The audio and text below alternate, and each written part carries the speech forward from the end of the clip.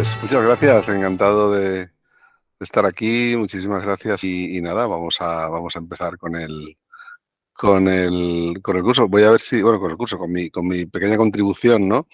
Sí, la cuestión sería el concepto de anarquía relacional, bueno, ahora contaré un poco la historia, ¿no? Plantea pues eso, un cambio no de los vínculos, como a veces en una lectura rápida del subtítulo se plantea, sino desde los vínculos. Es decir, no solo hay una vocación de cambiar los vínculos, sino de cambiar el sistema, digamos, en su conjunto, a partir de cómo nos relacionamos, de cómo construimos nuestra, nuestra vida, ¿no? De pasar de lo personal a lo político en el sentido más humano, digamos, más humanista, ¿no? del término. Entonces, aquí voy a utilizar pues, el material en el que he estado pues, años trabajando, ¿no? Hicimos este libro que se llama Anarquía Relacional, la revolución desde los vínculos. Está pues, en varios idiomas y en particular en México también está en la editorial Hacerse de Palabras. Se publicó pues, a principios del año pasado, si no recuerdo mal. En España está hace más tiempo, en inglés también hace poquito, en catalán, en fin, hay varias versiones, pero eh, y es un trabajo un poco pues que recopila, es un trabajo muy, muy colectivo, muy coral, ¿no? Que recopila pues esa perspectiva cultural e histórica de esta propuesta, de este marco relacional. Y bueno, esto que veis aquí en esta diapositiva son un poco pues los aspectos básicos que voy a repasar, siempre haciendo especial hincapié y énfasis en lo que tiene que ver con la influencia de la masculinidad, del patriarcado, de la construcción cultural binaria, hombre-mujer y lo que tiene que ver con todo lo que implica la performatividad que nos hace hipertrofiar nuestros comportamientos, nuestras expectativas y nuestras conductas en función de qué género se nos asigna cuando nacemos, ¿no? Entonces, buscando enfatizar eso y, y planteando, insisto, el marco en su conjunto, pero con esa mirada, ¿no? Bueno, pues estos puntos son los que vamos a ver. Podemos empezar directamente viendo cosas. En cualquier momento me podéis, por supuesto, preguntar, opinar, absolutamente cualquier cosa. Sería un poco oxímoron, ¿no? Hablar de anarquía y decir aquí no habla nadie. Mi interés es plantear todas estas cuestiones y dejar, pues ojalá acabe rápido y dejemos casi la mitad del tiempo para que esto sea colectivo, ¿eh? Si no, pues estamos haciendo un poco lo contrario de lo que proponemos, ¿no? Bueno, pues empezamos directamente. La cuestión es,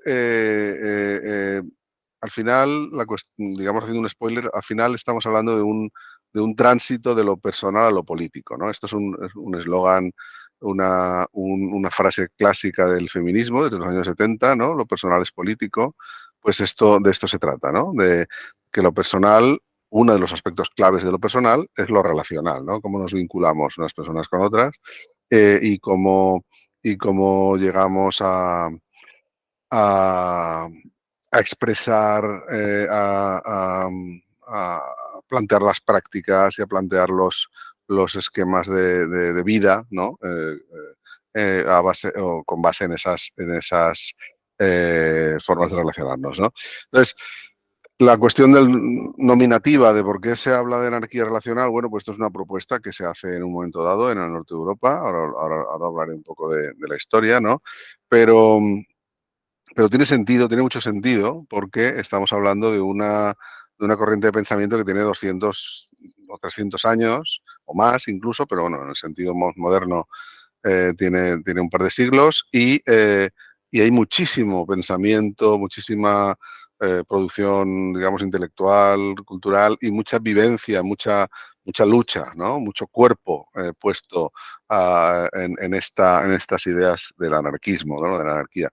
La palabra anarquía en general, evidentemente, está denostada, es objeto de un estigma cultural muy importante, pues evidentemente podemos entender por qué, porque evidentemente la cultura se genera a partir de unas élites y anarquía significa ausencia de jerarquía y evidentemente las élites son las que están en lo más alto de las jerarquías en general, las jerarquías culturales, morales, económicas, religiosas, políticas, etcétera. Con lo cual, difícilmente una palabra como anarquía puede librarse de esos estigmas que se generan que genera la narrativa dominante, la narrativa hegemónica, ¿no? Entonces, la cuestión es que anarquía evoca en mucha gente algo así como desorden, como violencia, como algo así, pero digamos que es algo que se impone desde fuera, porque realmente la palabra anarquía implica ausencia de jerarquía, ausencia de autoridad, se impugna, pues es la autoridad del Estado, de la Iglesia y de las élites económicas, la del Estado en términos de violencia, o sea, el monopolio de la violencia por parte del Estado, en la Iglesia, pues la autoridad moral y el establecimiento de lo que es sagrado, etcétera, y en las élites económicas, pues la autoridad sobre cómo podemos vivir o no podemos vivir, porque los recursos que están a nuestro alcance y los que no, pues también es una autoridad importante, ¿no? Entonces, estas personas del norte de Europa, anarquistas, practicantes de mucho tiempo, con mucho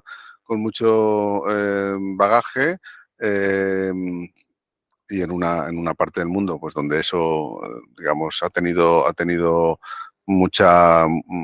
valor social, ¿no? Y ha tenido implicaciones sociales, en Norte de Europa, como digo, empiezan hablando de relaciones radicales y acaban hablando de anarquía relacional. Y al final, por reducirlo a una frase muy sencilla, pues plantea una crítica a la normatividad de lo personal, de los vínculos afectivos, de los vínculos íntimos, del día a día, ¿no? Es decir, una crítica a la normatividad significa una crítica a que usemos, a que aceptemos normas que nos preceden, ¿no? Normas que yo siempre pongo siempre un paralelismo, una metáfora como que es cuando adquieres un terminal de telefonía, ¿no? Un móvil, un celular, y te dan un contrato, ¿no? Y te dicen, firme usted aquí. Nadie se pone a modificar cláusulas. Es decir, no tendría, bueno, o cuando aparece en el software, ¿no? En Google o en Facebook o tal, te aparece un tal, nadie se pone a modificar cláusulas y a enviarlas a Google o a Facebook diciendo, no, yo es que no estoy de acuerdo.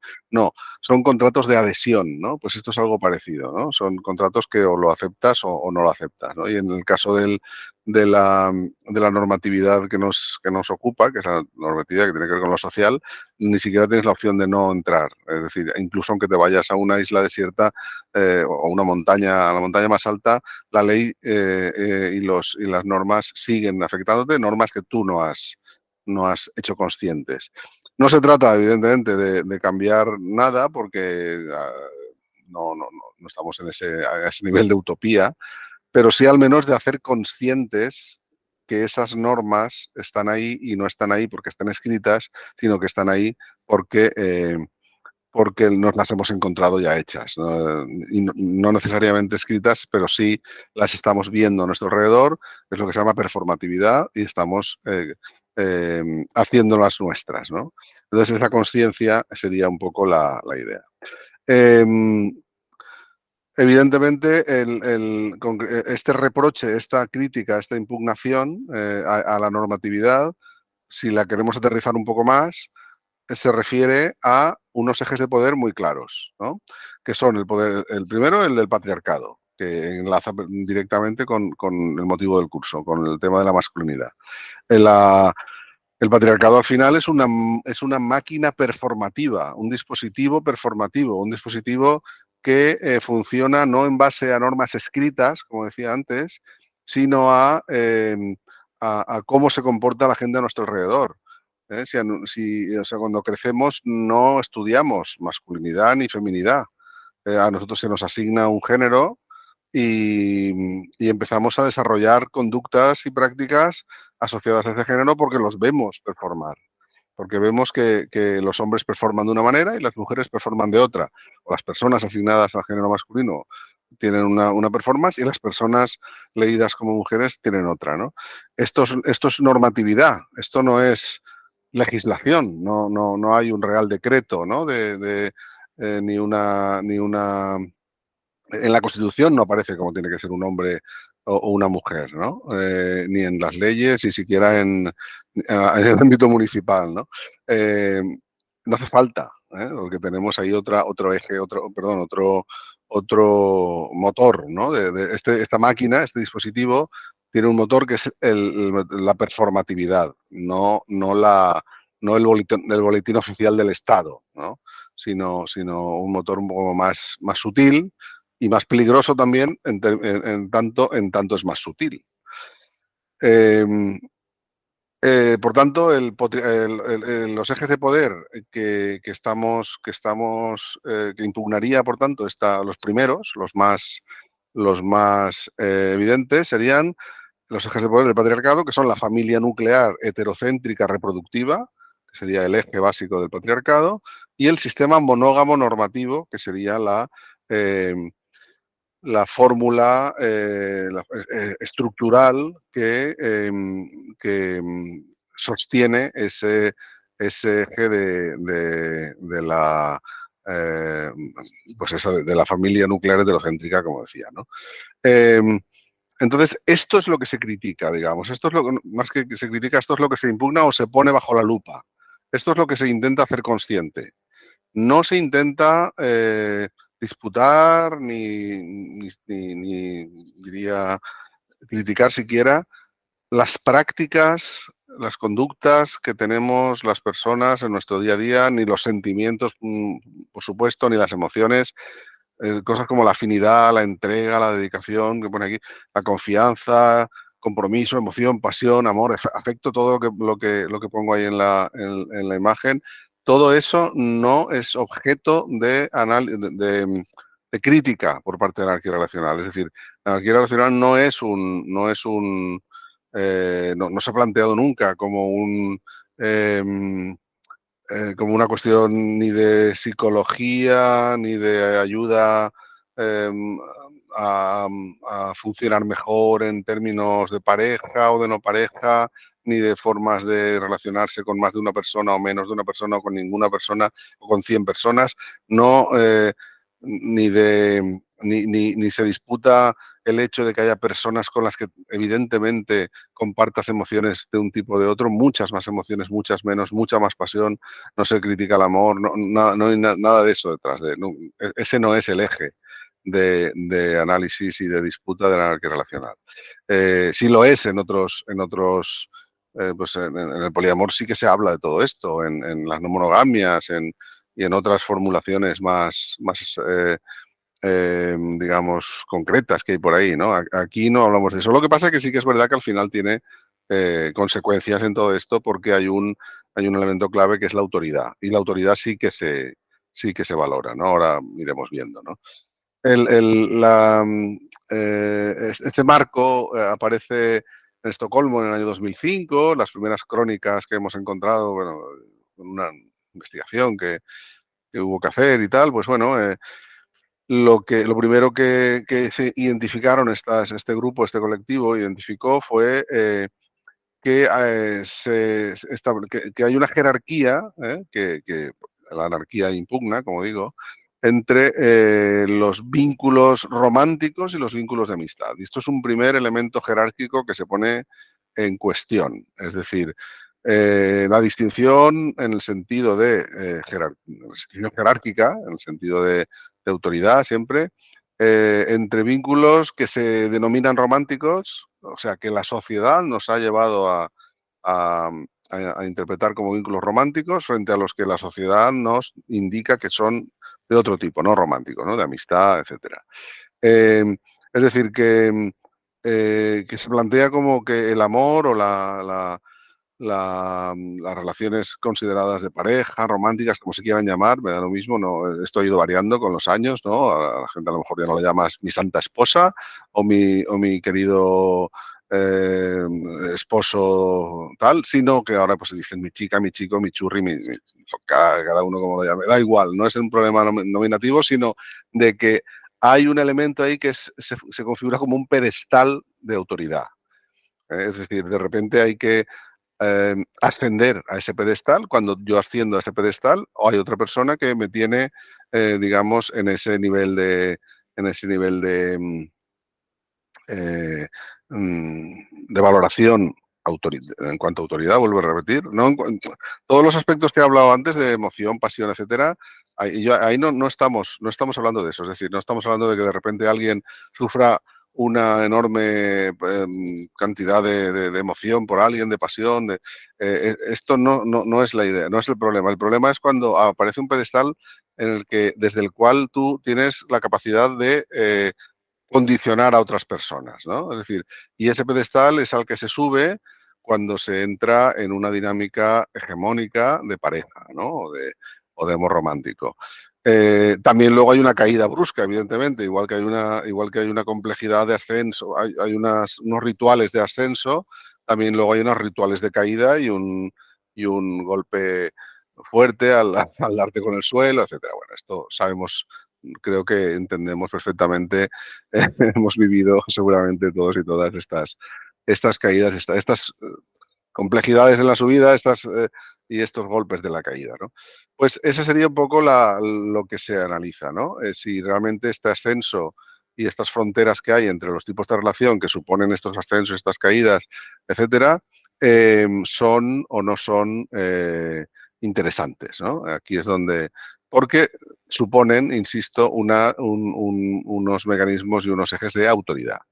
Entonces, la idea no es si hay más o menos relaciones de un tipo o de otro, por eso no hablamos, por eso el poliamor, que morfológicamente significa varios amores, o no monogamias, que morfológicamente significa no un amor, que es lo mismo.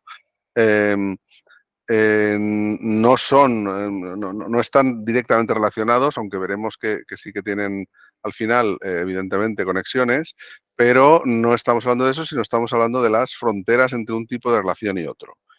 Y evidentemente al final lo que vamos a encontrar, como veremos enseguida, es que para evitar esos ejes de autoridad y de jerarquía, una posibilidad, que es la que se propone, es la de intentar romper esas fronteras, ¿no?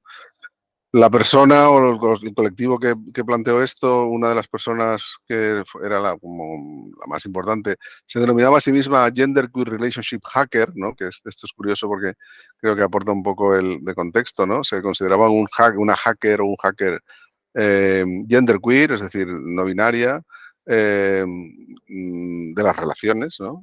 Que intentaba pues ese tipo de revolución, ¿no? Relacional.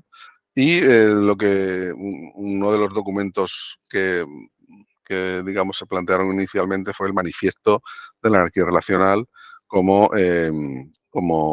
documento básico que empezó a funcionar, que no lo vamos a repasar, pero bueno, que hablaba de estas cosas, ¿no?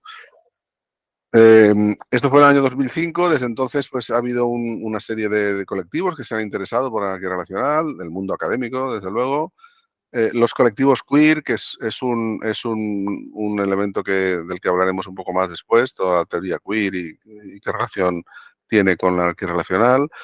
Luego los colectivos no monógamos, que son los que más activos, yo en aquel momento, hace 10, 12 años, estaba en este tipo de colectivos y fuimos seguramente los que más interés pusimos y más generamos bibliografía. Bueno, en mi caso, por ejemplo, la entrada de la Wikipedia en castellano la hice pues en aquel momento, en aquella época, la traducción del manifiesto, todo ese tipo de cosas, sencillamente porque encajaba con algunas de las cuestiones que nos planteábamos. No porque la anarquía relacional sea una forma de no monogamia, como iremos desarrollando, ¿no? Pero, sino porque al final estábamos en esa reflexión. Y curiosamente, en esa reflexión, precisamente, o sea, no en esa reflexión, sino en esa necesidad, mejor dicho, nos encontramos otros colectivos que también fueron muy valiosos, muy importantes en el desarrollo de los primeros años de la anarquía relacional, que fueron, curiosamente, aquí solo aparecen las personas asexuales y arománticas, pero yo añadiría también como elemento muy curioso, esto ha aparecido en los últimos años, ha aparecido por lo menos en nuestros entornos aquí en España, que tanto las personas asexuales como las personas que se dedican al trabajo sexual, que parece que son como dos extremos de un mismo eje, ¿no? No tienen por qué, lo digo, parecería, ¿no? Que son como los extremos, ¿no? Personas asexuales y personas que se dedican en el día a día a trabajo sexual, pues pornografía, prostitución, etcétera. Eh, Han sido también han planteado reflexiones muy interesantes. ¿Por qué? Pues porque una persona asexual, por ejemplo, no puede vincularse de una forma satisfactoria de acuerdo al modelo hegemónico, porque en el modelo hegemónico la pareja tiene que cumplir toda una serie de topics, ¿no? Tiene una serie de elementos, ¿no? Y uno de ellos es la satisfacción sexual, la intimidad sexual, la conexión a ese nivel, a nivel íntimo. Y claro, cuando una persona no tiene atracción sexual o tiene que forzarla o tiene que, no, iba a decir fingirla, igual no sería la palabra, o tiene que de alguna manera entrar ahí sin ese deseo, sin esa atracción, o la otra persona se tiene que quedar sin ningún tipo de interacción sexual con nadie, porque hay un enlace, hay una conexión, un enlace obligatorio entre pues entre cosas que una persona asexual puede desear perfectamente, como es lógico, y va a desear en la mayoría de los casos, como es una intimidad, una ternura, compartir cosas, incluso compartir la vida, ¿no? Mil cosas de la vida. En el sistema hegemónico de relaciones, esto se une obligatoriamente con la intimidad sexual, ¿no? No puede haber, entonces una persona asexual tiene dificultades para llegar, para llegar a una conexión realmente significativa y amorosa, ¿no? O sea, es que una persona asexual sí siente amor, sí siente emociones, sí siente... Entonces, en un esquema en el que va unido de forma absolutamente indivisible la sexualidad, bueno, en este caso, con el amor, con todas esas expectativas de cariño, de ternura, etcétera, pues ahí le complica mucho las cosas, ¿no? A esa persona. Y lo mismo pasa con una trabajadora o un trabajador sexual, que difícilmente puede encajar con una persona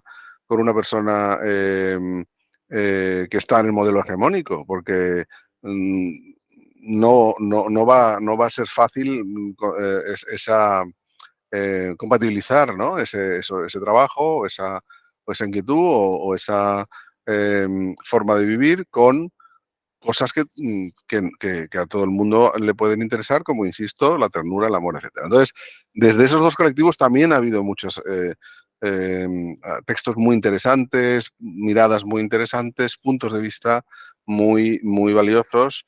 Lo pongo un poco de manifiesto porque es curioso, ¿no? Que justamente desde todas las periferias, en el sentido simbólico que tiene que ver con las relaciones, desde todas esas periferias es donde más interés se ha puesto en esta idea, porque la normatividad al final solo sirve a quienes han encajado, han tenido la suerte, entre comillas, o bueno, eso habría que verlo, si es suerte o no, han tenido la trayectoria vital de encajar, o hemos tenido de alguna manera, bueno, Yo no tanto porque la monogamia no me ha encajado nunca, pero bueno, por lo menos sí hemos tenido la capacidad de integrarnos, ¿no? Entonces, personas también de otros colectivos como personas con diversidad funcional, etcétera, pues también. Y luego también han aportado cosas muy interesantes. Y luego las culturas colonizadas han aportado cosas muy interesantes también, porque la colonización supone también una forma muy violenta de normativización, ¿eh? Ha habido muchísimas aportaciones muy interesantes que todo esto aparece en el libro, claro, no parece que esté aquí vendiendo, pero bueno, que evidentemente todo lo que estoy contando es fruto de una investigación y está explicado ahí, pero hay aportaciones muy, muy interesantes porque es que son culturas en las que, por ejemplo, una mujer joven que tiene una criatura, que tiene un hijo, una hija, etcétera, estaría absolutamente normalizada, estaría absolutamente integrada en su comunidad, etcétera. De repente llega el hombre blanco, hetero, no sé qué, con su Dios y su crucifijo y tal, y le dice que no, que tú eres digamos, como diría, una pecadora, ¿no? Porque estás teniendo hijos o hijas sin un padre, sin un marido, sin una familia, y esa persona a lo mejor tiene iba a decir tribu, pero no quiero entrar yo hablo de tribu en nuestro ambiente, porque es al revés, o sea, sería más bien, sería enriquecernos con esos conceptos más que utilizarlos en sentido para nada peyorativo, pero que tiene toda una tribu, tiene todo un colectivo, tiene toda una estructura que la cuida perfectamente y está muchísimo mejor que una señora burguesa de mi ciudad, sola con sus dos criaturas y el marido viene a casa a las 10 de la noche y se va a las 8 de la mañana. Quiero decir que esas cuestiones también son han sido tratadas también con unas aportaciones muy interesantes desde esa mirada. Es decir, aquí estamos hablando de una, estamos hablando de todo un marco al que han aportado cosas muy interesantes de forma muy amplia y muy colectiva, muy coral, como decía antes, ¿no?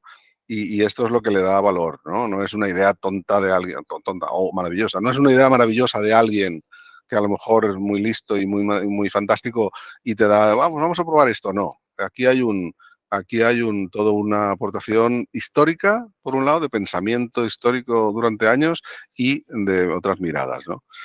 En definitiva, resaltar esa cuestión más colectiva y, y menos individualista, ¿no? Bueno, en el mundo académico no voy a entrar mucho. Aquí tenéis un poco, se habla de, se enmarca toda esta cuestión en una serie de presupuestos culturales y filosóficos, etcétera, y sociológicos que han ido evolucionando, que son muy importantes porque en realidad se nota muchísimo, por ejemplo, la diferencia entre los intentos contraculturales, por ejemplo, de los años 60, que también iban en este sentido y mucha gente los reivindica y bueno, esto ya se hizo, no os habéis inventado nada, que os creéis, que habéis inventado la pólvora.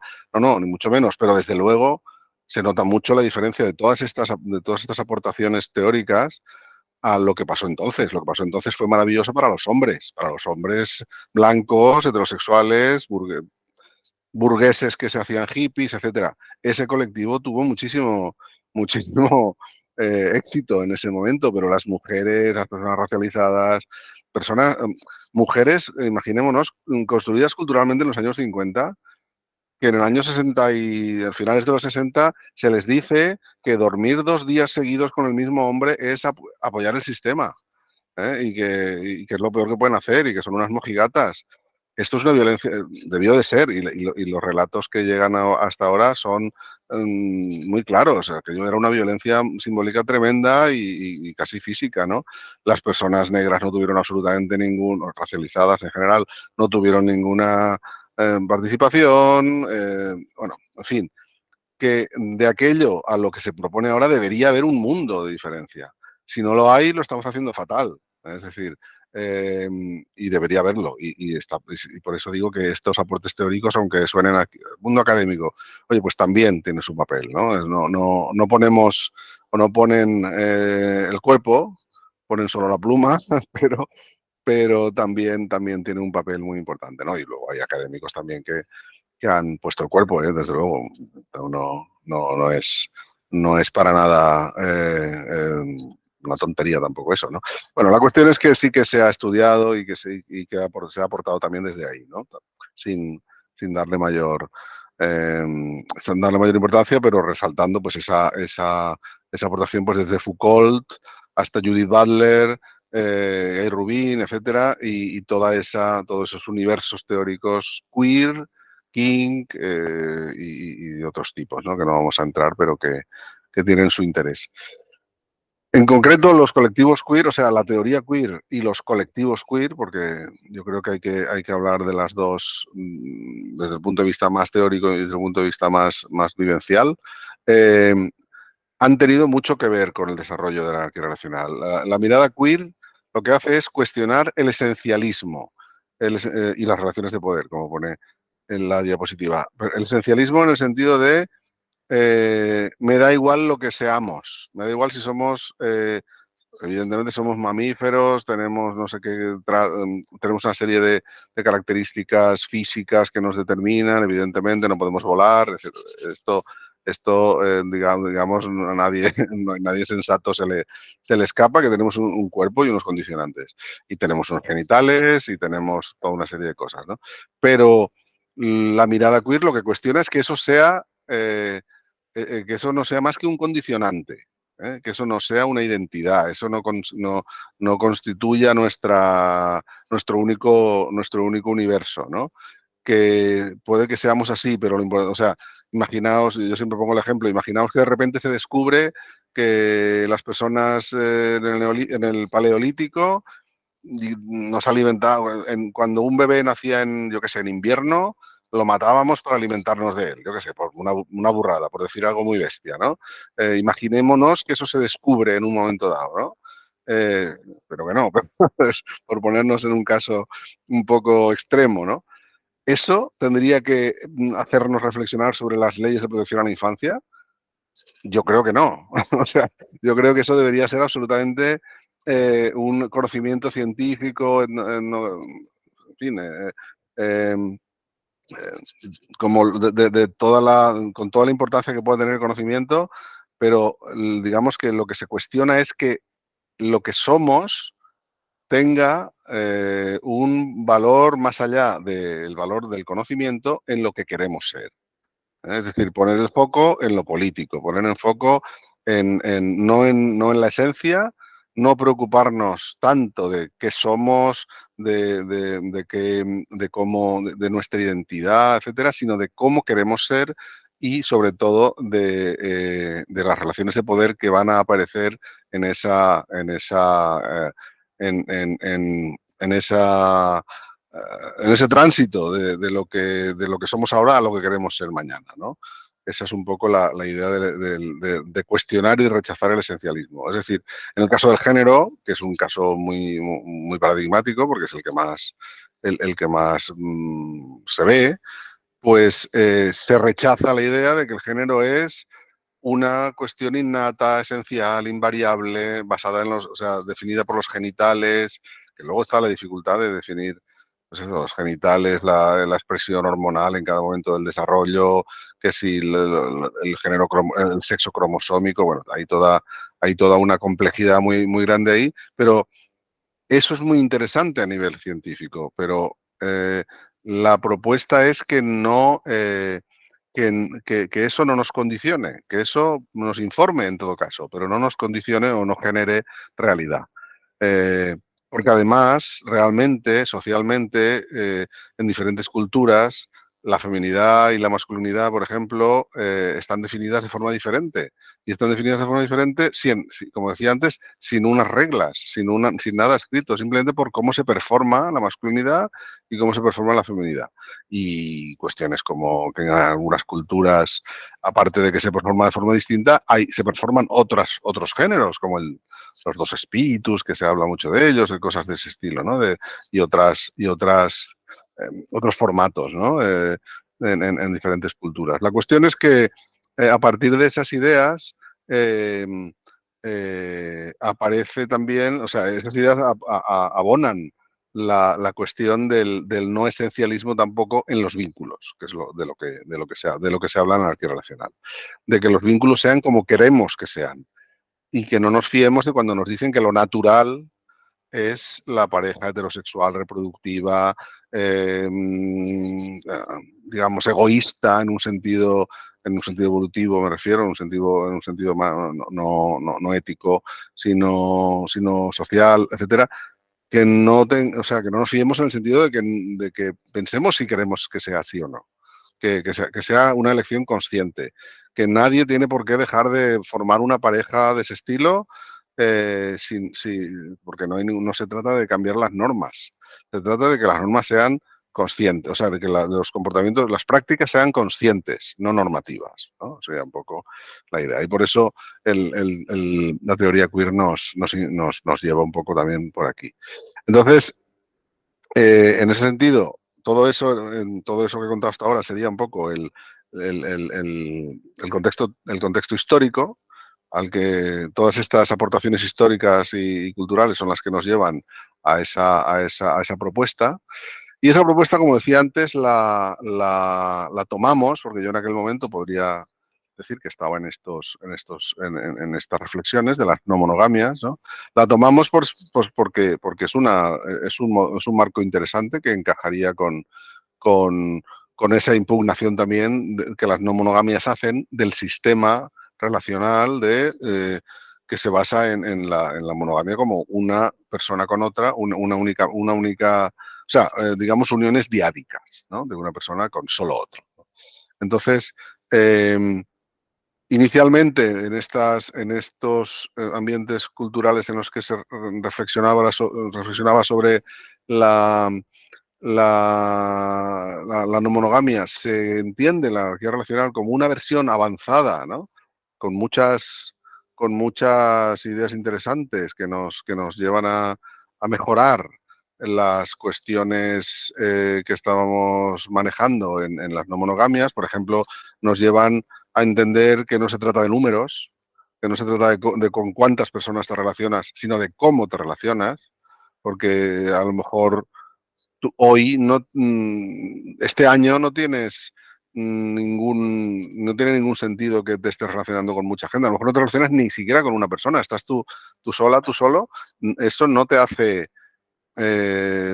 poli o no poli, o mono o no mono, hace que, pues oye, que estás haciendo la tesis doctoral, no tienes tiempo para otra cosa, ¿no? Eso o sea, no es el número lo que define, es cómo te relacionas, ¿no? Entonces, eso a nosotros de repente nos rompe los esquemas, nos abre un poco, nos hace explotar la cabeza, y por eso digo que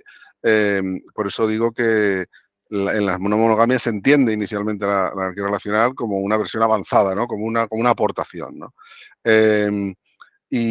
Pero realmente nos vamos dando cuenta cuando investigamos un poco más de que realmente se trata de otra cosa, de un paradigma mucho más amplio, de un paradigma que cuestiona la autoridad en nuestras relaciones de cualquier tipo, en nuestras relaciones profesionales, familiares, de amistad, etcétera. Es decir, estamos cuestionando eh, la, la autoridad en el espíritu de una tradición política, de pensamiento, de reivindicación, de acción y de tradición cultural al final, ¿no? Entonces esto todavía le da más como más peso, ¿no? al marco, ¿no? Las personas, bueno, esto ya lo he comentado precisamente, la de las personas románticas, asexuales, ¿no? Que eh, cuando buscan, como decía antes, un proyecto de convivencia con eso, con intimidad, con ternura emocional, con intimidad emocional, con ternura, etcétera, pues las categorías previstas no le sirven.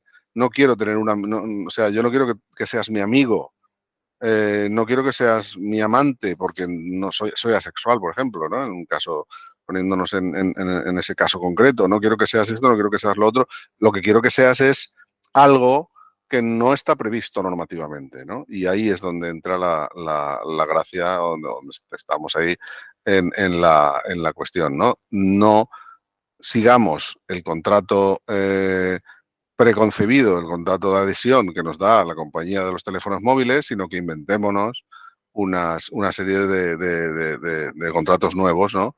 Porque esto no son móviles, esto son otra cosa mucho más personal y al final más política también, porque al final genera una forma de vivir, ¿no? Entonces, eso serían las personas sexuales, las personas colonizadas, las culturas colonizadas.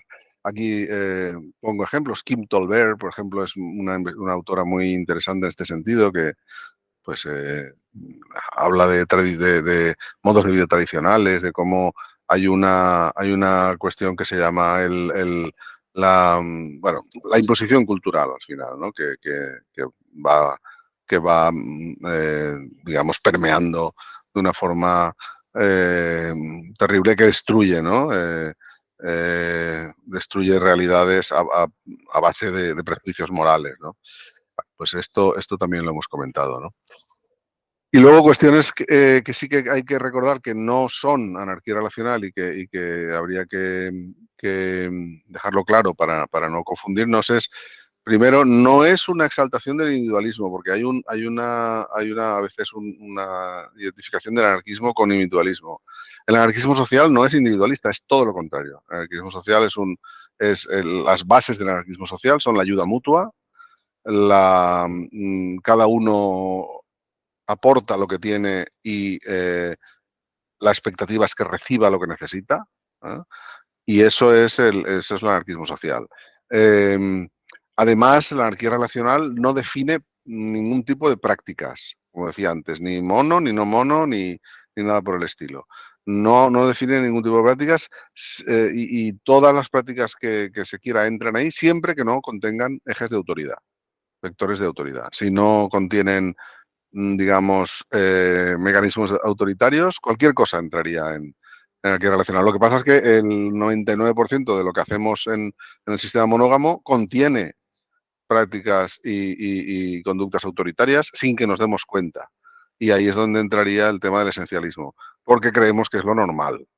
Es decir, ¿cómo no me voy a enfadar si no ha venido en toda la noche mi pareja y además cuando viene me cuenta que ha estado X haciendo cualquier cosa, lo que sea? O sea, ¿cómo no me voy a enfadar si esto no es lo que debería ser, ¿no? Pues lo que debería ser es la normatividad y cómo no me voy a enfadar es un ejercicio de autoridad, ¿no? Porque digamos que yo puedo condicionar lo que otra persona haga.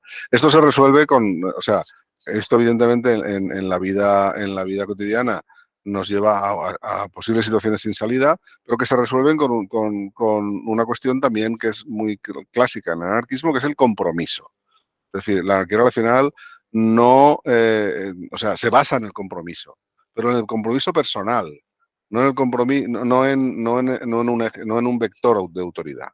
Es decir, yo me comprometo, igual que nos pasa en muchas situaciones sociales, es decir, yo me comprometo a ayudar en esto, pero a mí como me digan que tengo que hacerlo, oye, pues igual no lo hago, ¿no? Es decir, no es lo mismo que a mí me obliguen a participar en un ámbito social, no sé, o de la Cruz Roja, no sé, por decir algo así, ¿no?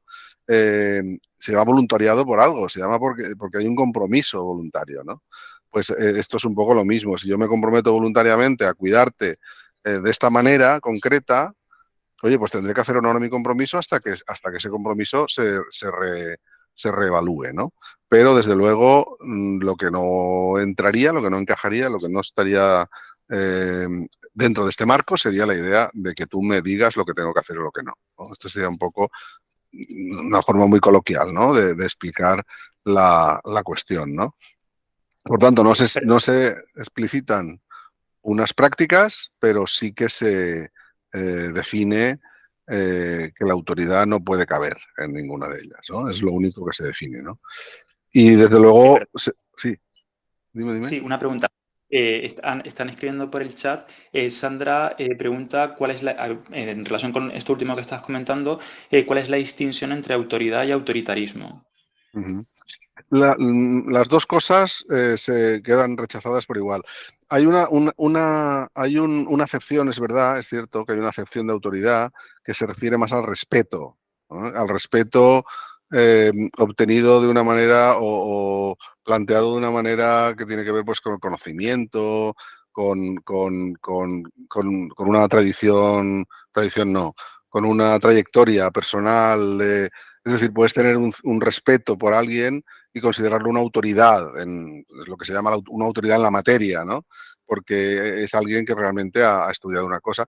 Ese tipo de autoridad, pues podría caber. Eso no estamos hablando de eso, estamos hablando de cualquier tipo de autoridad o autoritarismo. Autoritarismo sería el sufijo-ismo, sería pues cuando se cronifica, ¿no? Cuando eso se convierte en una cosa estructural, ¿no? El autoritarismo es la autoridad llevada a lo estructural, ¿no? Pero en cualquier caso, aunque no sea estructural, la autoridad en sí ya, si no está referida a esa otra acepción, que es la acepción que tiene más que ver insisto, con el conocimiento, con el respeto, ¿no? A unos logros o a unas demostraciones de que alguien hace las cosas y genera beneficios para el colectivo.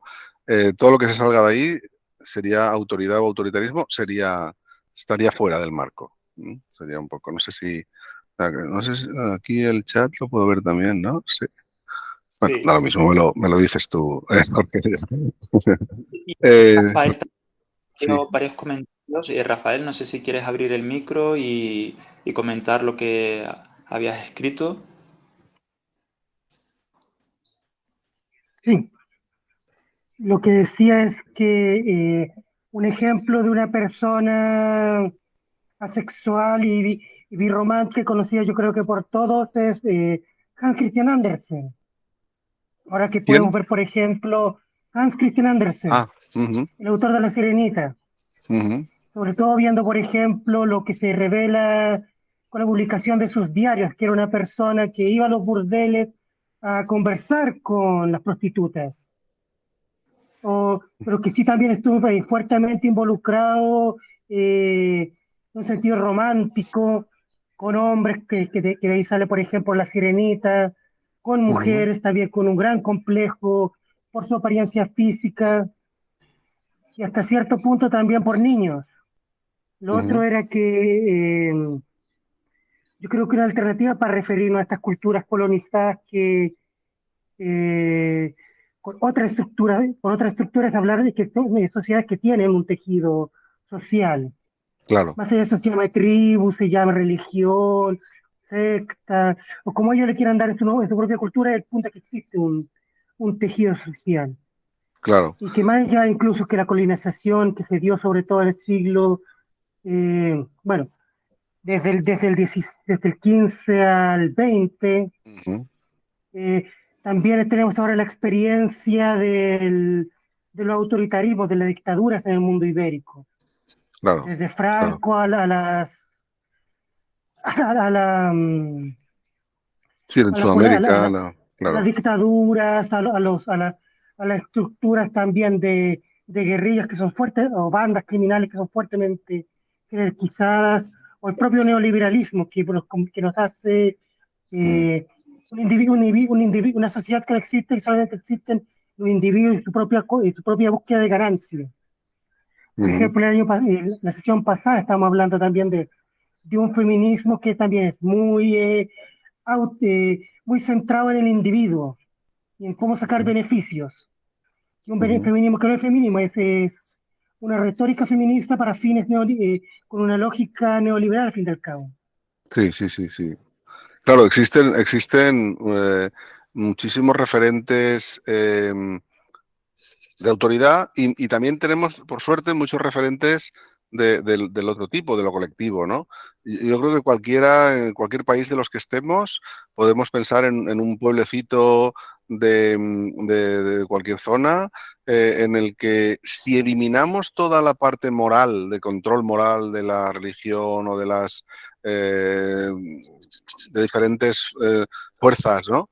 Que ejercen ese control moral. Si quitáramos, si pudiéramos, que no se podría, pero sería una utopía, pero si pudiéramos extirpar ese control moral y esa forma, son comunidades claramente sin, o sea, horizontales, claramente sin esa distinción entre, o sea, sin esas burbujas familiares cerradas, ¿eh? Lo que pasa es que, claro, luego está la moral, pues ahí sí que sigue habiendo una fuerte control del aspecto, de los aspectos monógamos, etcétera, pero efectivamente existen los referentes que nos ha comentado el compañero, pero también referentes positivos, ¿no? Es decir, hay tenemos las dos fuentes de referencia y además eso nos ayuda mucho. El identificar referentes creo que también debería ser una de las labores que tenemos que llevar a cabo cuanto antes, o sea, en el futuro, ¿no? Bueno, y estaba comentando eso, que es simplemente un marco de posibilidad, porque hay un peligro muy grave que es el de convertir una normatividad, o sea, sustituir una normatividad por otra. Por eso hablo siempre de referentes, ¿no? Y la intervención de esta reciente me parece muy interesante por eso, y no de nuevas normatividades, ¿no? Es decir, sí que podemos inspirarnos en lo que está pasando en ciertos ámbitos, pero desde luego no crear una nueva normatividad. Por eso yo, por ejemplo, siempre hablo de no considerar, por mucho que te guste este marco o cualquier otro, de no etiquetarnos como yo soy anarquista relacional o yo soy tal, porque esto sería sucumbir a esa tentación identitaria, ¿no? Y empezar a dividir a las personas entre anarquistas relacionales y no anarquistas relacionales, entre monógamas y no monógamas, etcétera. Es decir, no... yo propongo sustituir esa tentación identitaria por una cuestión de sensibilidad, sustituir la identidad por sensibilidad. Y esto yo creo que lo vamos a ver enseguida, ¿no?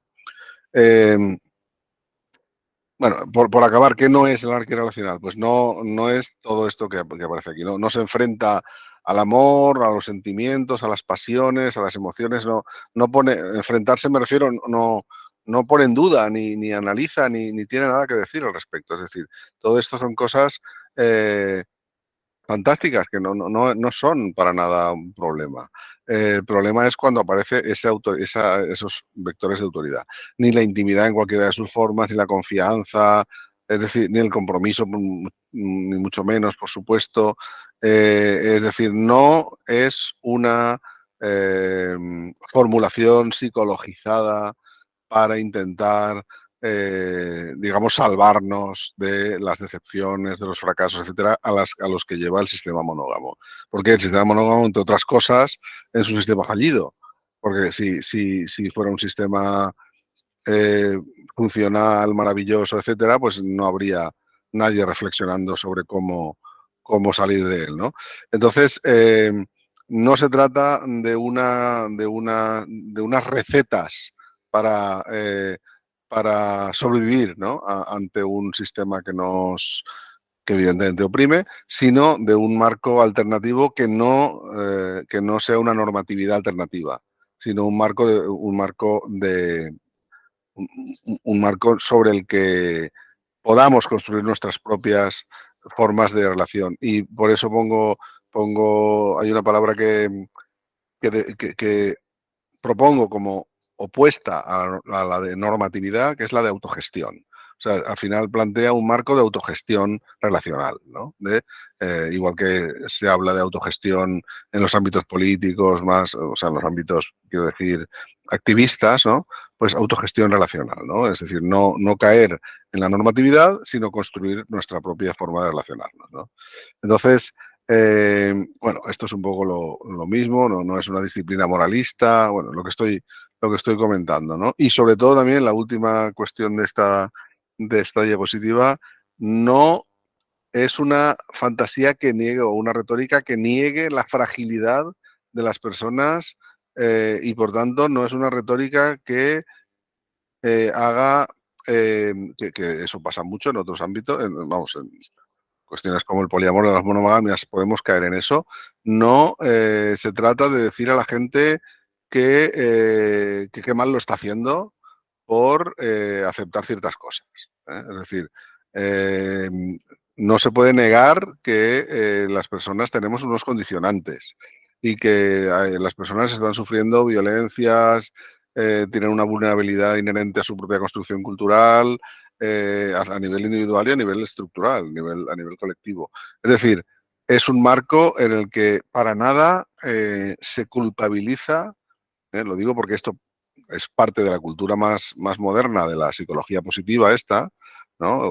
Digo esta porque me cae mal, evidentemente, en la que te culpabilizan porque no has hecho bastante, ¿no? No has sido bastante, no sé, no has deconstruido bastante tu, tu monogamia, ¿no? O incluso no has deconstruido bastante tu masculinidad o tu feminidad. O sea, evidentemente, claro que nos van a quedar muchísimos retazos de masculinidad. Yo el primero que siempre, cuando hablamos del tema de una forma un poco, claro, simpática, sin tampoco entrar en el drama, digo, de los hombres tenemos una construcción cultural y no somos seguros. O sea, cuando alguien, no somos seguros en el sentido relacional. Es decir, no vamos nunca a salir de ciertos automatismos. No tenemos que estar todo el tiempo. O sea, no podemos estar tranquilos. Tenemos que tener cámaras, ¿no? Vigilándonos nosotros mismos todo el tiempo. Tenemos que tener un sistema de circuito cerrado de televisión que nosotros mismos tengamos en marcha y activo y con todas las alarmas puestas, ¿no? Pues es un poco también esa idea, ¿no? No hay que negar esas fragilidades, esas vulnerabilidades y esas cuestiones que van a quedar siempre por mucho que intentemos deconstruirnos o que intentemos mejorar, ¿no? Entonces, esto al final, ¿en qué se traduce, no? Esto se traduce en la práctica, ¿no? O sea, entonces, vale, de acuerdo, todo esto me parece muy bien, pero ¿qué hacemos? Pues una cuestión básica es si realmente el tema nos interesa y tal, y quisiéramos probar cómo funcionaría la cosa en este sentido, pues básicamente es, para empezar, cuando te preguntan cualquiera de estas cosas, ¿sois pareja? ¿Cuánto tiempo lleváis juntos? ¿Es tu amiga o es algo más que tu amiga o tu amigo? ¿Tienes pareja? ¿Buscas pareja? ¿Cuánto tiempo llevas sin pareja? ¿Cuándo vas a sentar la cabeza? ¿Piensas rehacer tu vida? ¿Seguís juntos o ya no estáis juntos? ¿Lo habéis dejado? Todas estas preguntas, evidentemente, tienen una carga que es que están formuladas desde el binarismo pareja-no pareja, ¿no? Desde el binarismo amatornormativo, es decir, en el que el amor constituye una normatividad, ¿no? Las relaciones están basadas en esa normatividad. Entonces, la respuesta, o sea, la primera pauta práctica es que nuestra respuesta, y estoy hablando de una forma retórica, evidentemente, no se trata de contestar a la gente por ahí, de ir haciéndose, de ir complicándose la vida, ¿no? Pero sí que, al menos desde un punto de vista, insisto, retórico de la autonarrativa, es pensar, no, yo me relaciono de otra manera, no en esos términos. Es decir, empezar por no plantearse las relaciones en esos términos, en términos de si hemos acabado o no hemos acabado. Del mismo modo que en ámbitos como la amistad no nos planteamos, o la familia de origen, nos planteamos, oye, ¿tu madre sigue siendo tu madre? Pues claro que sigue siendo tu madre. Hable con ella más o hable con ella menos, ¿no? ¿Tu amigo sigue siendo tu amigo? Dice, bueno, hace ya tiempo que no lo veo, pero también puede haber habido un conflicto, ¿no? Estoy hablando en general, de una cuestión más de expectativa, más que de luego hay personas, luego hay amigos que, bueno, que evidentemente te pueden pegar hasta un tiro, ¿no? Es decir, que no estamos hablando de cuestiones, no es la sección de sucesos, ¿no? Quiero decir que en otros ámbitos no lo planteamos así, de esta manera, lo planteamos de una forma menos normativa, ¿no? Volvemos a la misma cuestión, ¿no? Y esa sería la primera pauta práctica, que no tiene mucho más. O sea, simplemente vamos a intentar evitar, si nos interesa todo esto, intentar plantear las cosas en términos pareja no pareja, y tenemos alternativas, ¿no? En ese sentido, estamos hablando de etiquetas, ¿no? Es decir, de no utilizar las etiquetas normativas, no utilizar las etiquetas que nos vienen dadas. Pero por otro lado también hay que hablar de las etiquetas sin tampoco un maniqueísmo, digamos, innecesario, ¿no? Es decir, las etiquetas sirven, porque sin ellas tendríamos que explicar cada vez todo. Tendríamos que hacer todo una descripción de todo. No, las etiquetas no sirven y pueden ser descriptivas. Pero cuando empiezan a ser peligrosas es cuando se convierten en prescriptivas. Es decir, cuando yo de tanto utilizar una etiqueta acabo convirtiéndola en una jaula, acabo convirtiéndola en una cosa que ya prescribe en lugar de describir, pues es cuando tengo que empezar a poner ya el semáforo, ¿no? La alarma, o sea, la luz roja, ¿no? Y esta es una cuestión que a veces también se entiende mal. Es decir, la anarquía relacional no está en contra de las etiquetas, está en contra de la autoridad que a veces las etiquetas imponen, y las expectativas que a veces las etiquetas nos generan, ¿no? Y por tanto la alternativa es la autogestión en el sentido de definamos las cosas, aunque sea un poco más costoso, pues explicando qué queremos decir con cada cosa.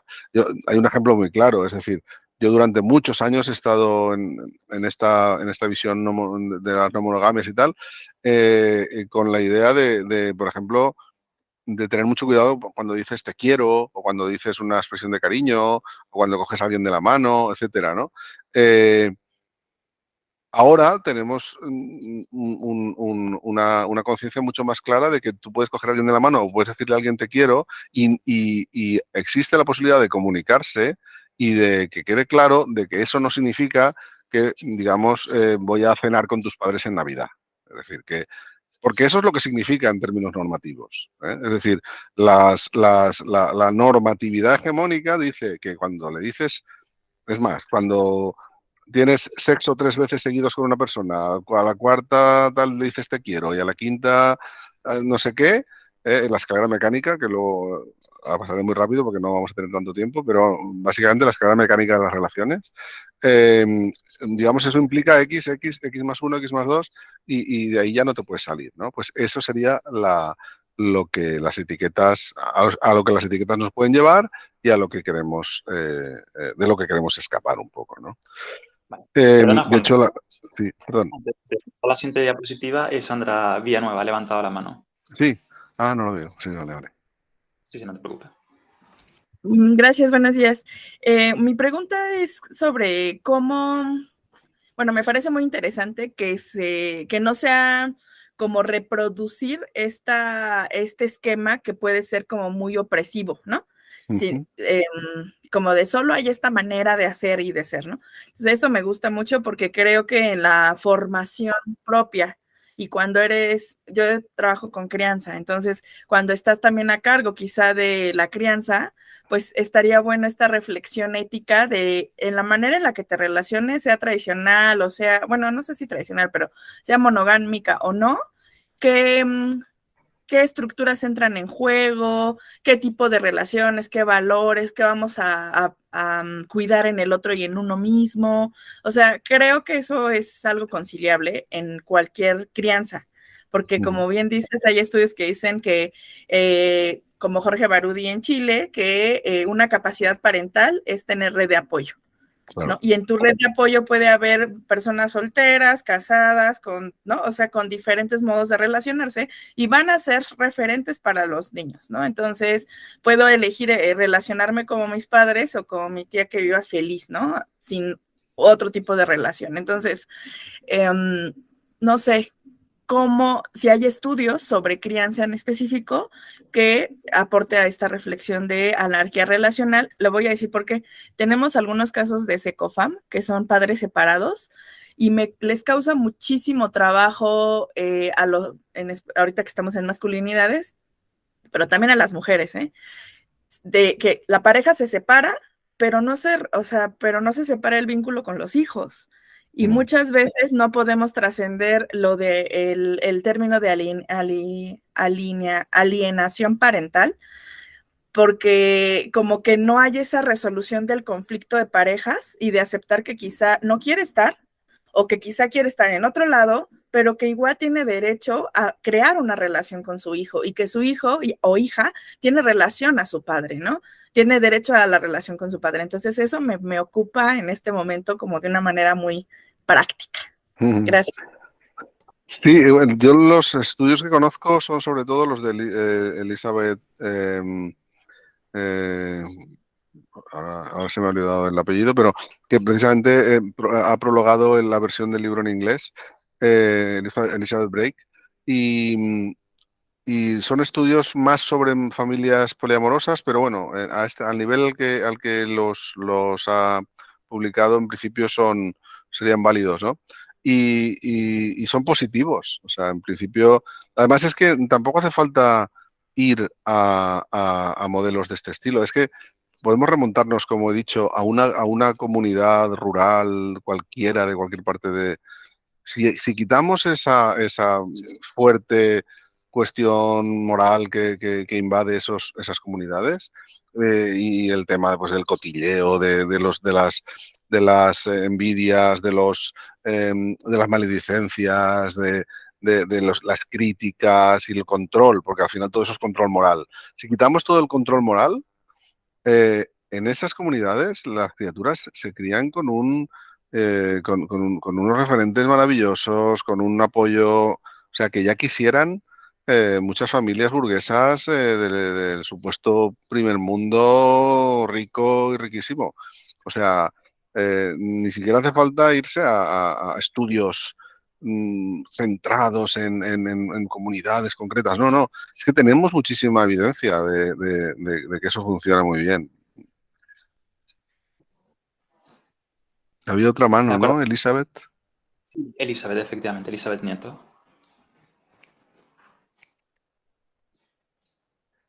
¿No se te escucha, Elizabeth? Si puedes desmutear el micro. Hola, Sí, ¿se me oye? ¿Se me Ahora oye? sí. Ahora. Sí. No tengo voz de Elizabeth, ¿verdad? Vale. Luis. Es que no he podido entrar con el móvil y estoy entrando con el de mi mujer. Vale. Así que ya no, sé quién es. obviamente no me llamo Elizabeth, que pudiera ser, ¿no? También, porque... Bueno, mira, la pregunta es la siguiente. Comentabas el caso de los asexuales, los queer, los trabajadores del sexo. La pregunta iría, en estos casos, ellos eligen, porque tú reivindicabas por encima de cualquier otra consideración, y me parece acertado, la libertad a la hora de elegir el tipo de relación sentimental que uno, o el modelo de relación que uno va a establecer, ¿no? En estos casos, ¿realmente eligen libremente o son las condiciones, las circunstancias en las que se ven las que les llevan a orientar en esa dirección? Porque incluso, por ejemplo, en los casos que conozco yo de poligamia, porque conozco algunos porque tengo amigos senegaleses, hablando con ellos las cosas le van más o menos bien, pero cuando hablas con ellas la cosa no es tan así. Y en estos casos, además, existe como una cierta dependencia económica, que es lo que da lugar a estas agrupaciones de poligámicas, ¿no? Entonces, bueno, sintetizando, la pregunta sería, da la impresión así, analizando las cosas así, que cuando se elige libremente la mayor parte se decanta por el modelo, digamos, tradicional, y que los otros modelos vienen a veces muy condicionados por otras circunstancias. No sé, así en principio, parece. No sé qué es lo que opinas tú al respecto. Ya está. Sí, bueno, la palabra libertad o sea, el concepto de libertad es un concepto, sobre todo la libertad metafísica, ¿no? Que parece que es el concepto metafísico de libertad. Es muy, muy, muy, muy difícil defender que nadie seamos libres. O sea, defender que decidimos libremente a lo largo de nuestra vida es muy problemático. O sea, entonces, el grado de agencia, que sería a lo mejor la versión menos metafísica o más sociológica, ¿no? del término, el grado de agencia que tenemos cada persona sí que se puede analizar, y la mayor parte de las mujeres en entornos no privilegiados del mundo tienen muy poca agencia, muy poca. Y cuando están en el sistema tradicional de matrimonio, tienen normalmente dependencia económica, dependencia emocional, vigilancia social, vigilancia por parte de muchas instancias que ejercen la autoridad moral, aparte de la cuestión material, ¿no? De la dependencia material.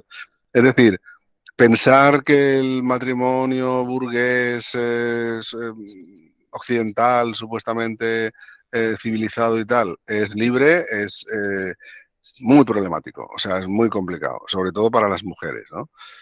Y de hecho, cuando miramos estadísticas de todas estas cosas, por ejemplo, de las ventas del libro, que hay cosas por decir algo, ¿no? Muy prosaico, pero o de los colectivos, etcétera, el 90% son mujeres. El 90% de las personas que se plantean estas cosas son mujeres. Evidentemente, los hombres plantearnos estas cosas es complicarnos la vida. No necesitamos todo esto. Tenemos tenemos todas las facilidades para vivir.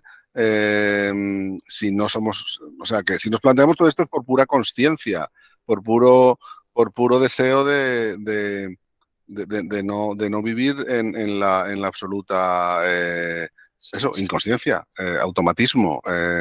Entonces, en el caso de las personas asexuales, pues es evidentemente o cualquier otra orientación sexual, las personas homosexuales, etcétera, tienen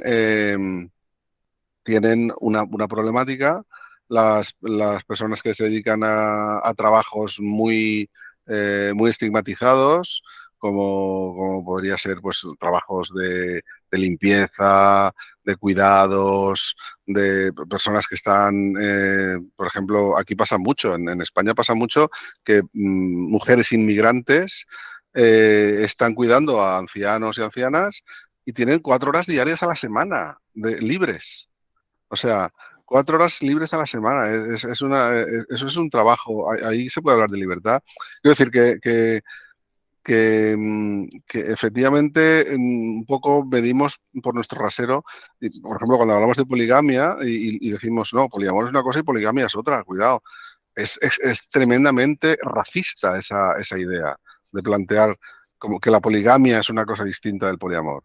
No, el poliamor lo planteamos personas blancas con estudios y usamos la palabra poliamor y palabras que están digamos, tradiciones como los mormones o tradiciones como se dan en algunos países.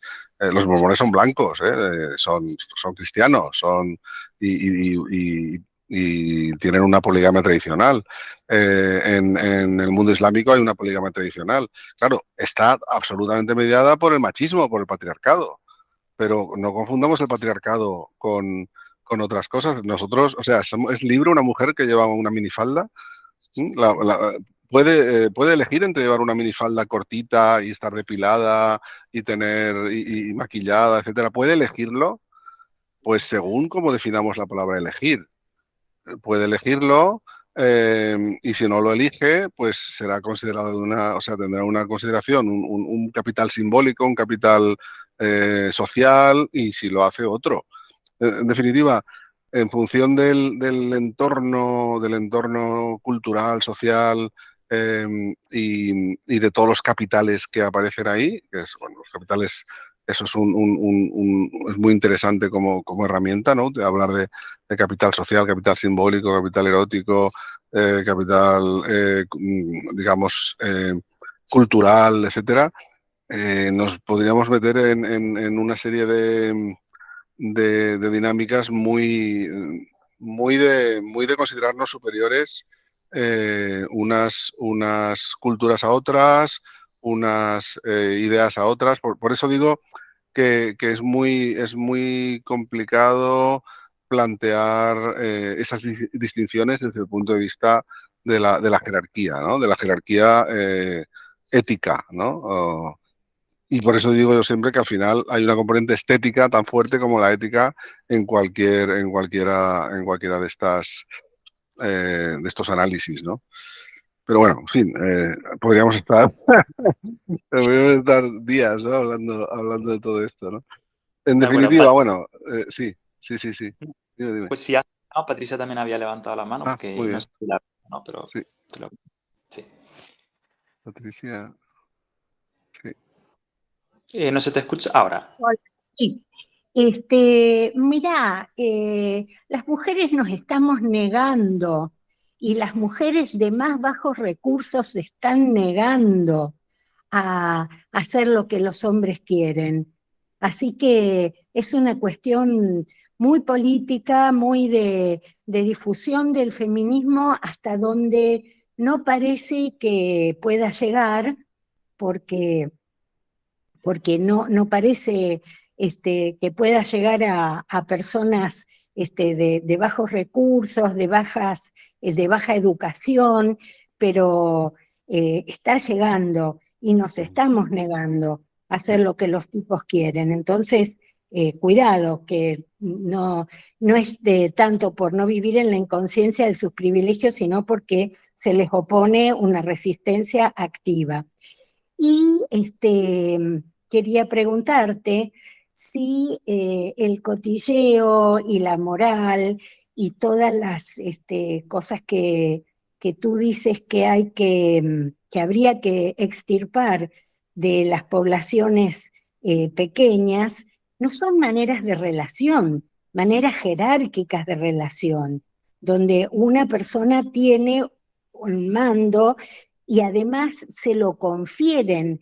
Hay como una inercia en esto, ¿no? De conferir el mando porque es más cómodo o porque siempre se hizo así o por tradición, etcétera, que también es una manera jerárquica de relacionarse. Entonces, ¿es posible extirparle eso a todas esas poblaciones? ¿O sería una utopía y mejor, mejor que aprendamos a relacionarnos de otra manera, ¿no? Como dices tú, yo me relaciono de otra manera o lo estoy intentando. Exacto. Nada más.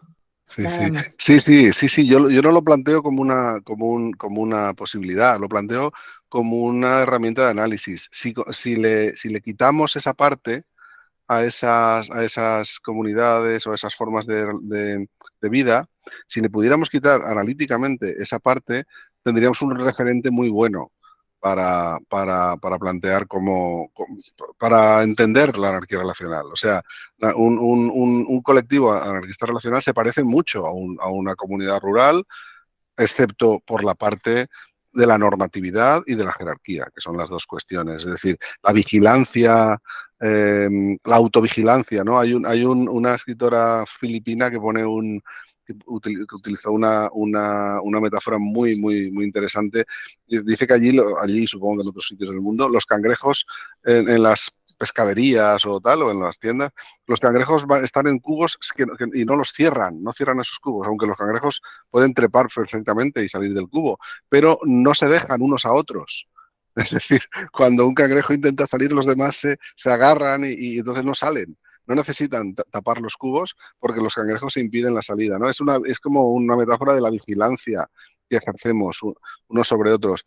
Es decir, no hay ya un rey que envía sus tropas para mantener el orden, sino que nosotras mismas nos vigilamos y mantenemos el orden en esa dinámica de auto. Y eso es la normatividad.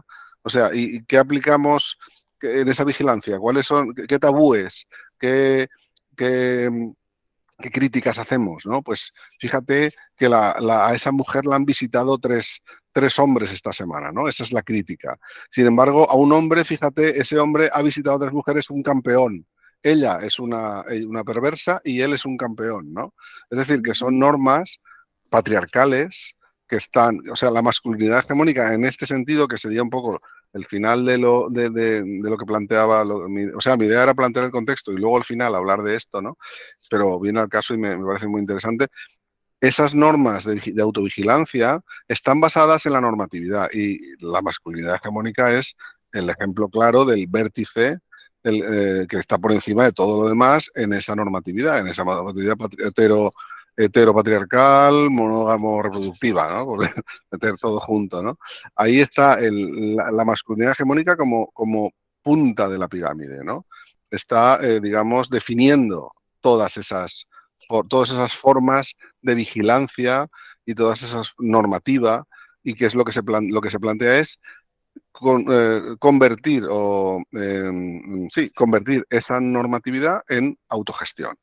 Autogestión en el sentido de vamos a definir, no vamos a vivir sin normas, no vamos a vivir sin compromisos, no vamos a vivir sobre todo sin límites, porque si no vamos a estar peor que antes, pero sí que podemos vivir a base de compromisos y límites autogestionados. Es decir, que el formato final de lo que se propone en la Anarquía Racional, adelantándome ya a ello, también por la hora, porque además me gustaría abrir ya un poco más el tema, ¿no? El formato final sería un formato basado en compromisos y límites. Los límites están enmarcados en la cultura del consentimiento, que es un hallazgo del feminismo absolutamente básico. Toda esta cuestión de los límites, que los límites se respetan, se hacen respetar y el no es no y solo el sí es sí, este tipo de cuestiones, que el consentimiento además es procesual, que tiene que estar mantenido durante todo el proceso, que en cualquier momento se puede retirar. Todas estas cuestiones que el feminismo ha estudiado muy bien y nos ha dado esas lecciones sobre todo a quienes estamos en los ejes de opresión por encima, sea el eje de opresión del género, como si es también el eje de opresión económico, racial, capacitista, de toda índole, capacitista físico, capacitista cultural, todo este tipo de cuestiones. Hemos aprendido que los límites se respetan y punto. Y eso es la cultura del consentimiento. Los límites, por un lado, y los compromisos, o sea, límites personales, no los límites. No los límites de tú no puedes hacer tal cosa, eso no es un límite, eso es una imposición. Los límites son sobre tu cuerpo, sobre tu realidad, sobre tu persona, ¿no? Y los compromisos, que son los que tú, digamos, te planteas respecto a las otras personas. Es decir, yo me comprometo a esta serie de cuidados, por ejemplo, o de presencia, o de no presencia, o de convivencia, o de lo que sea, ¿no? Yo me comprometo a eso y me comprometo en primera persona. Y será un compromiso revisable. Además, será un compromiso que conviene que sea, para que sea autogestión, tiene que ser un compromiso basado en la comunicación, basado en entender de qué estamos hablando, ¿no? Entonces, esos compromisos constituyen la parte, digamos, la parte que va de cada persona al resto, ¿no? Y los límites son la parte que cuidan de cada una de esas personas, ¿no? Eso encaja perfectamente con toda la tradición anarquista. En el mundo anarquista, en el anarquismo político, se refería a comportamientos sociales, a la estructura de la sociedad. En el ámbito de la anarquía relacional se refiere a cómo nos relacionamos con las personas de nuestro entorno íntimo, ¿no? Entonces, esa sería la fórmula para funcionar en este sentido, ¿no? Y eso sería un poco no sé si voy a pasar las transparencias así, las diapositivas un poco rápido y así abrimos, ¿no? Porque, pues eso, las teorías queer he hablado de ellas un poco, son muy interesantes, pero no da tiempo a entrar demasiado, pero es muy interesante todo lo que nos han aportado. Hay unos paralelismos muy interesantes también con la anarquía relacional, sobre todo con lo que tiene que ver tanto con la performatividad, porque nos comportamos como vemos que se comportan, es decir, las reglas de las parejas están, de lo que es una pareja y lo que no, lo que es una amistad y lo que no, están planteadas en términos performativos, y la identidad también he hablado de ella. Yo creo que he hablado un poco de todo, pero que es muy interesante cómo eso proviene de de una tradición de pensamiento de los últimos 40 años, desde el postestructuralismo hasta las teorías queer. Y lo que he propuesto, que también lo he dicho antes, lo que propongo es sustituir, o lo que se propone es sustituir la identidad por la sensibilidad. Esto hay un ejemplo muy claro que es, en el feminismo se habla mucho de las gafas violeta, ¿no? Que de repente te pones unas gafas violeta y empiezas a ver todos los machismos, ¿no? Como si fueran un dispositivo de aumento, ¿no? Empiezas a ver que estás rodeada y rodeado de actitudes machistas, pequeñas actitudes, pequeñas y grandes, ¿no? Y de repente esas gafas te lo amplían, ¿no? Y lo ves todo, y es, por un lado, una cosa, digamos, interesante, pero por otro lado un poco un castigo, ¿no? Porque empiezas a sufrir al ver a tu alrededor la cantidad de machismo y la cantidad de actitudes patriarcales. Empiezas a ver el patriarcado por todas partes, por todas las ramificaciones que implica. Pues yo propongo algo parecido, no sería en violeta, sería en otro color, a elegir, podemos votar, el color que sea, color verde, amarillo. Unas gafas que lo que resalten sea la autoridad. Y la autoridad está en nuestras relaciones íntimas por todas partes. O sea, si realmente nos intentamos fijar en cómo personas que creemos en la no autoridad en lo público nos comportamos en lo privado, cómo nos creemos con el derecho de condicionar a las personas con las que nos relacionamos, más allá de si ellas se están comprometiendo o no.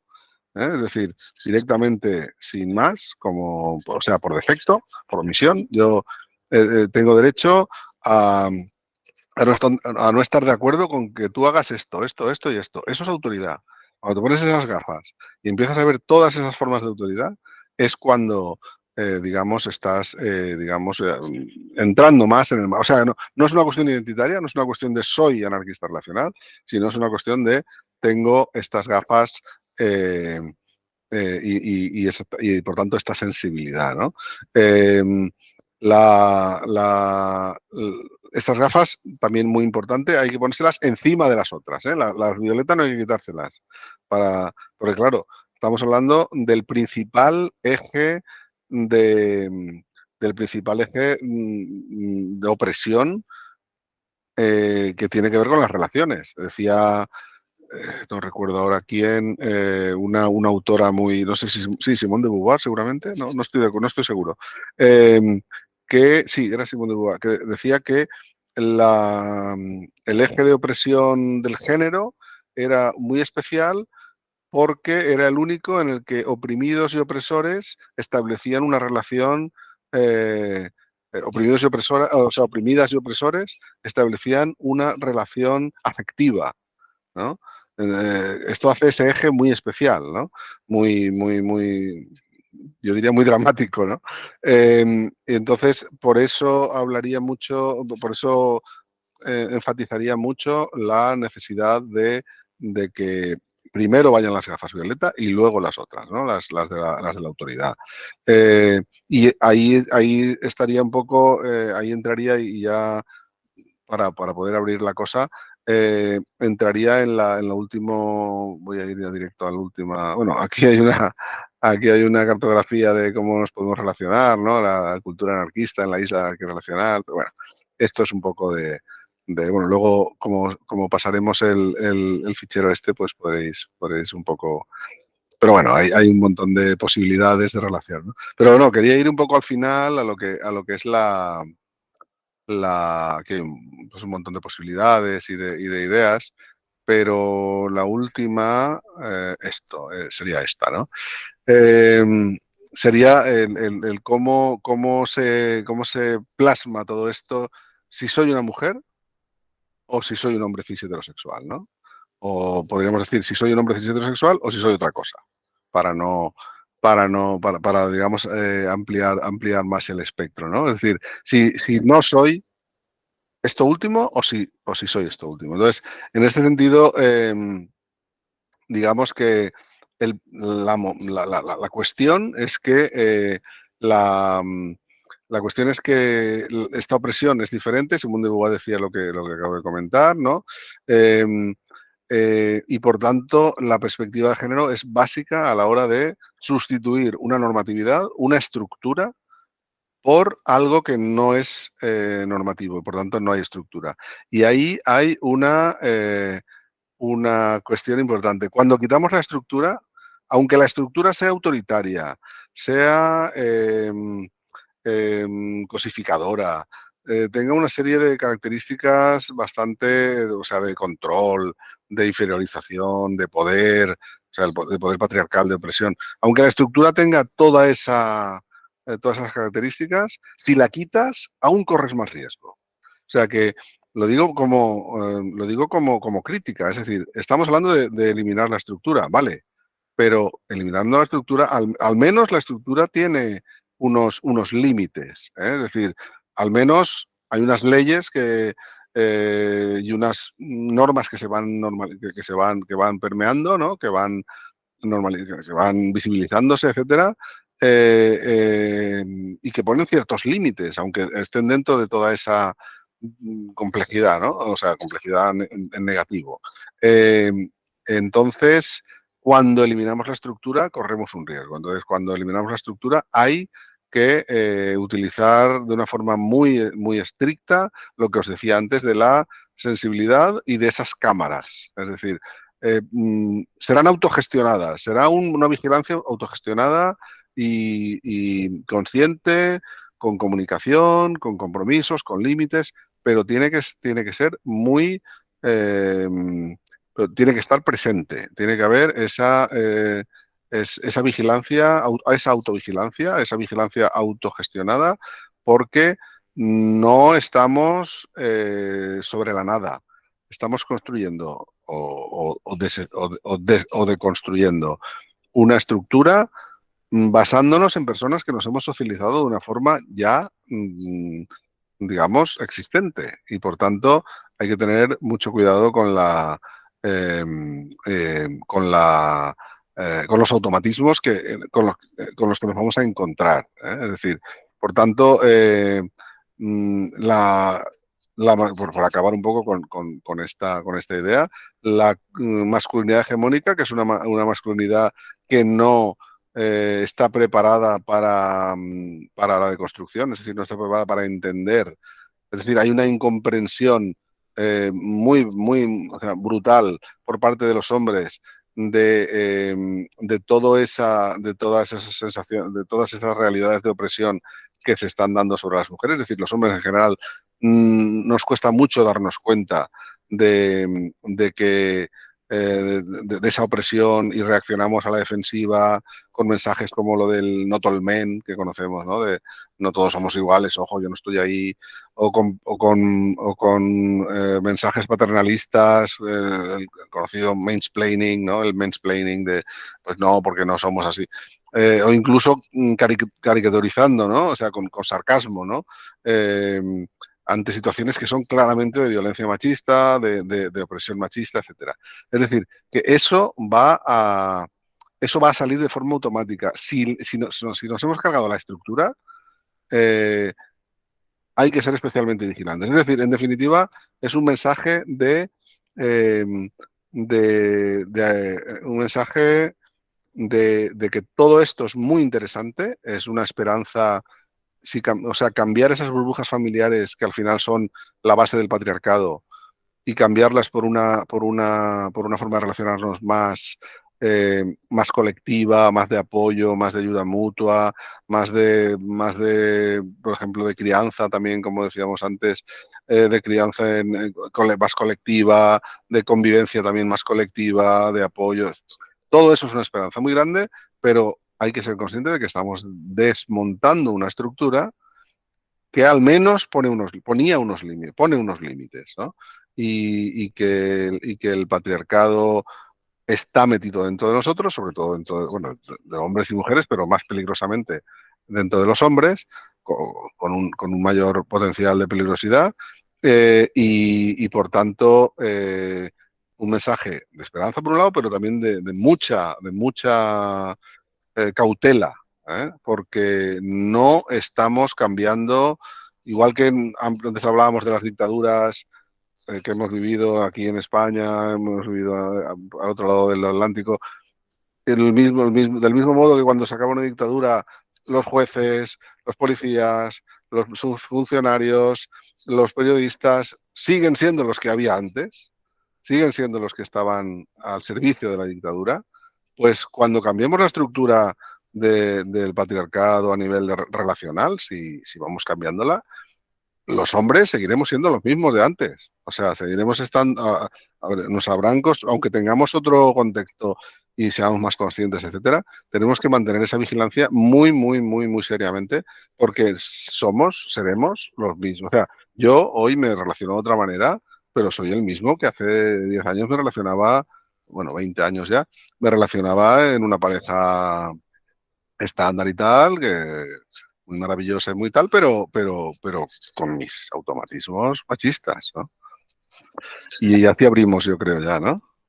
Porque quedan 20 minutos, entonces, Claro. y si ahora hace comentario de que hace falta una aldea para criar un niño, ¿no? Un proverbio Eso africano. es. Con el comentario anterior en el chat, respecto a lo que comentaba Patricia de que las mujeres se están rebelando, pues Rafael, aunque creo que ya se ha marchado, señalaba que una de las razones por las que Nixon no puso renta básica universal es que mujeres con base de ingresos se divorciaban más. Daniel, antes intervino en el chat un par de veces. Daniel, no sé si quieres abrir el micro y comentar la duda esta que tenía sobre autoridad, autoritarismo. No sé si quedó clara finalmente esa cuestión. Daniel, no sé si es por ahí, que tengo el chat abierto y no veo a los participantes. Antes de lo de la aldea, pongo ejemplos, lo acabo de buscar ahora en el libro, pongo ejemplos de frases africanas. En la cultura sukuma, en el libro, en la cultura sukuma de Tanzania se dice que una rodilla no hace crecer a una criatura. Y en la cultura suajili se habla de una mano en lugar de una rodilla, pero es curioso cómo hay una serie en fin, de expresiones, ¿no? Muy bonitas en las culturas, en fin, estas culturas que se mantienen, ¿no? Sí. Bueno, pues quedan 15 minutos. Vamos a intentar cerrar en tiempo. Entonces, quien quiera intervenir, que por favor levante la mano, que sea breve a la hora de plantear la pregunta y también hacer posible la respuesta para que puedan intervenir más. Así que, Sandra Acevedo, no sé si quieres hablar, que te veo aquí en cámara, o Cecilia, quienes no, Guadalupe, quienes no han participado, Hanner, Luciano, Rodrigo, que saliste y veo que volviste a entrar, o Sonia. No sé si quieren hacer alguna pregunta. Levanten la mano y abran el micro sin problema. Yo sí tengo una pregunta breve, Juan Carlos. Cuando estábamos preparando la cuestión del curso, de la formación, y tenía pues el programa preparado, me hiciste una corrección en el documento, y era, no es anarquismo relacional, es anarquía relacional. ¿Realmente hay diferencia entre anarquía y anarquismo? Yo al principio era partidario de anarquismo. Hice, como no podía ser de otra manera, como una especie de sondeo entre el colectivo, a ver y la gente acabó prefiriendo anarquía. Y luego, después ya con ese resultado, que era democrático y por tanto apliqué, creo que tenían razón, como casi siempre, ¿no? Creo que al final, sí, porque anarquismo es como todos los ismos, acaba siendo algo basado en un objetivo, ¿no? Algo que lleva, algo que lleva a una consecuencia, ¿no? Y anarquía sería más como una descripción de una posibilidad. Y como al final de la corrida yo lo que creo que merece más la pena es pensarlo como un marco de posibilidad, pues creo que es más, o sea, anarquía es más prefigurativo, ¿no? Te hace pensar en un estado más que en un proceso, ¿no?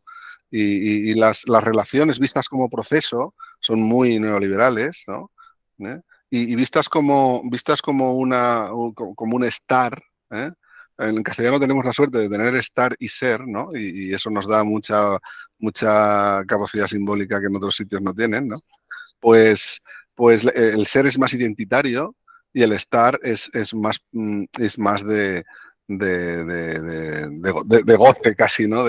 De vida, ¿no? De vivencia, más que identidad. Entonces, las identidades son peligrosas, son emancipadoras, ¿eh? Quiero decir que las identidades han servido en las luchas, pero después, cuando la lucha acaba, a veces quedan remanentes identitarios peligrosos. Vale. Gracias, Juan. Es decir, que no era una corrección. No. No que era, Sí. tenía su fondo. Sandra Acevedo, que has levantado la mano, por favor, gracias. Bueno, primero que nada, gracias Juan, qué humildad con la que nos mostraste todo este panorama de anarquía. Así que nada, me encantó. Hacerte la siguiente pregunta, ¿cómo entra allí el poder cuando tú hablas de horizontalidad o de alguna manera una forma de vincularnos distinta? Entonces, surgió allí como la disputa entre autoridad, autoritarismo. ¿Cómo ves o cómo explicas esta idea de cómo se construye desde una anarquía relacional la noción de poder? Sí, es más es más una esperanza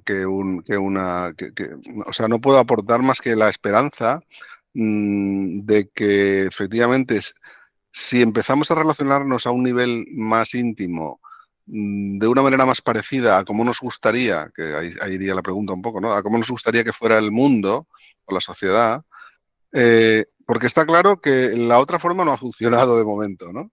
O sea, el asalto del Palacio de Invierno parece que cada día es menos. En fin, ya estamos, digamos, en una situación, al principio del siglo XX, pues igual era una posibilidad, ¿no? La revolución.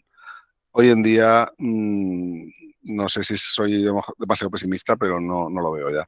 Pero sí que es verdad que si nos relacionamos de una manera menos autoritaria, sea con autoritaria ya se parece más a autoritarismo, pero me da igual. Autoritaria, autoridad, autoritarismo. Si nos relacionamos de una manera menos, más desde una mirada colaborativa, menos competitiva, menos posesiva, con menos control, con menos tentaciones de control, de condicionar a las demás personas, a lo mejor es como una intuición, una esperanza. A lo mejor eso genera un cambio de abajo arriba, ¿no? Esa es un poco la esperanza. Decía Natalia Ginzburg, una escritora italiana maravillosa, que el germen del nazismo estaba en el egoísmo familiar, ¿no? Esto era como... es curioso, ¿no? Como llegar a un poco extremo, claro, ella vivió el nazismo, entonces en su caso estaba justificado, ¿no? Nosotros hablar de nazismo a lo mejor es frívolo, pero ella no, ella estaba ahí. Y es verdad que el egoísmo familiar, o sea, que el tema de las burbujas familiares, al final construye un poco también realidad, ¿no? A gran escala, ¿no? Entonces es como una esperanza. No tengo ningún dato ni puedo, en fin, los análisis son análisis más basados que yo he leído, están más basados en la esperanza que en la certeza, ¿no? De acuerdo, pues muchas gracias Sandra por tu intervención, Juan Carlos por tu respuesta. Comenta Patricia en el chat, un efecto de la jubilación universal que dio el peronismo fue que muchísimas mujeres se pudieron separar en relación con lo anterior que... Y Eduardo comenta que serían como verbo y sustantivo. Daniel, que tienes levanta la mano. No se te escucha, creo que está, no sé si se te bloqueó la imagen. Ahora, ya, listo. Disculpa, estoy teniendo así como problemitas. No, no te preocupes. Sí, sí, como les digo, una disculpa, no sé si estoy teniendo problemas con mi red. Igual Lo se único, está si puedes trabando, quitar pero voy a el tratar vídeo de ser en lo la más cámara para... específico posible. Mi querido Juan Carlos, Sí.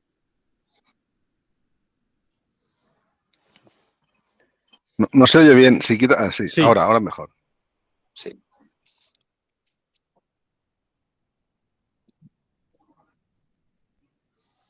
ok, gracias.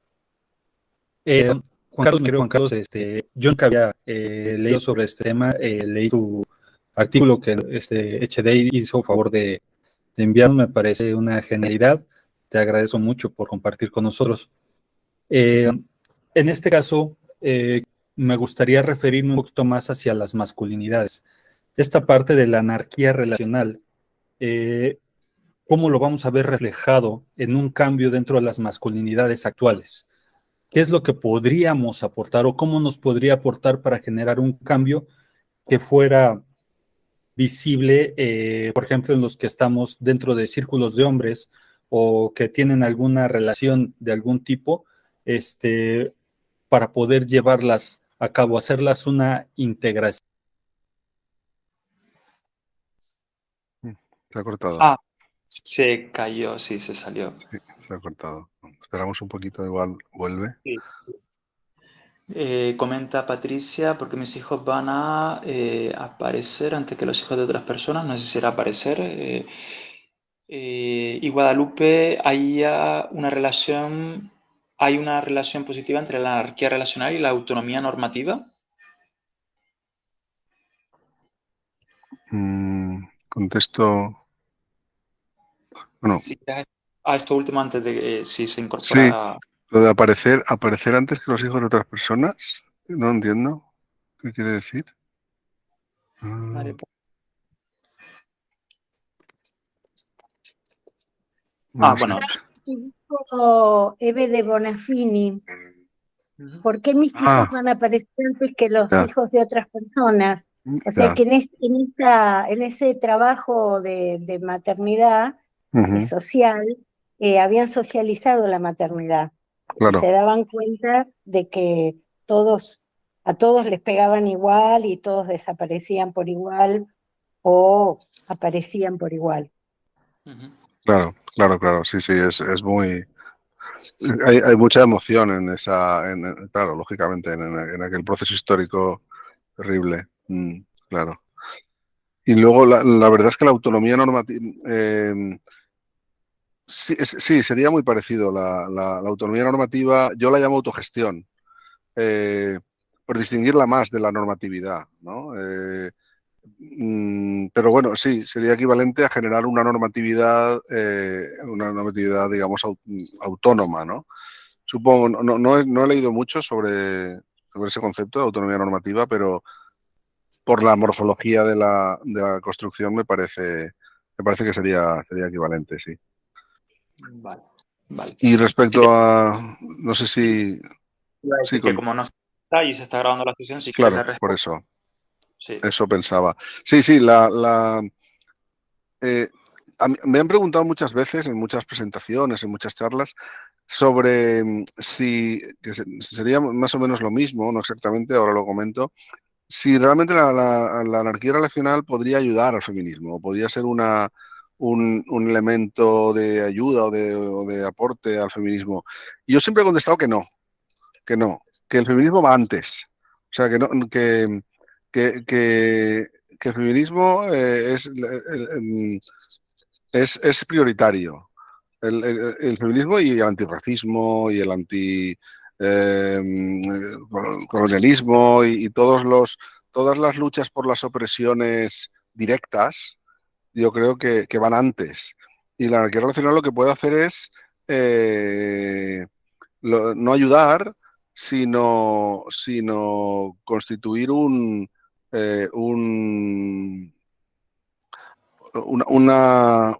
sea, constituir una base adicional antiautoritaria. Es decir, pero las opresiones directas, las opresiones que se perciben de una forma explícita, yo creo que hay que combatirlas con una lucha específica y no pensar que, o sea, es justo lo que decía antes, ¿no? Yo creo que hay una esperanza de que si cambiamos la forma en la que nos relacionamos, eso puede mejorar, digamos, esa estructura de las sociedades, ¿no? Esa forma en la que se comportan las sociedades. Pero no creo que sea buena idea plantearlo como ni siquiera como un complemento a las luchas específicas. Entonces yo creo que la deconstrucción de la masculinidad tóxica, la lucha contra la masculinidad, o sea, la sustitución de la masculinidad hegemónica por otra masculinidad respetuosa, etcétera, creo que tiene más que ver con el feminismo que con la forma en la que nos relacionamos. Y por tanto creo que deben ir en paralelo. En paralelo no. O sea, la masculinidad hegemónica es un peligro adicional ante un cambio de paradigma relacional.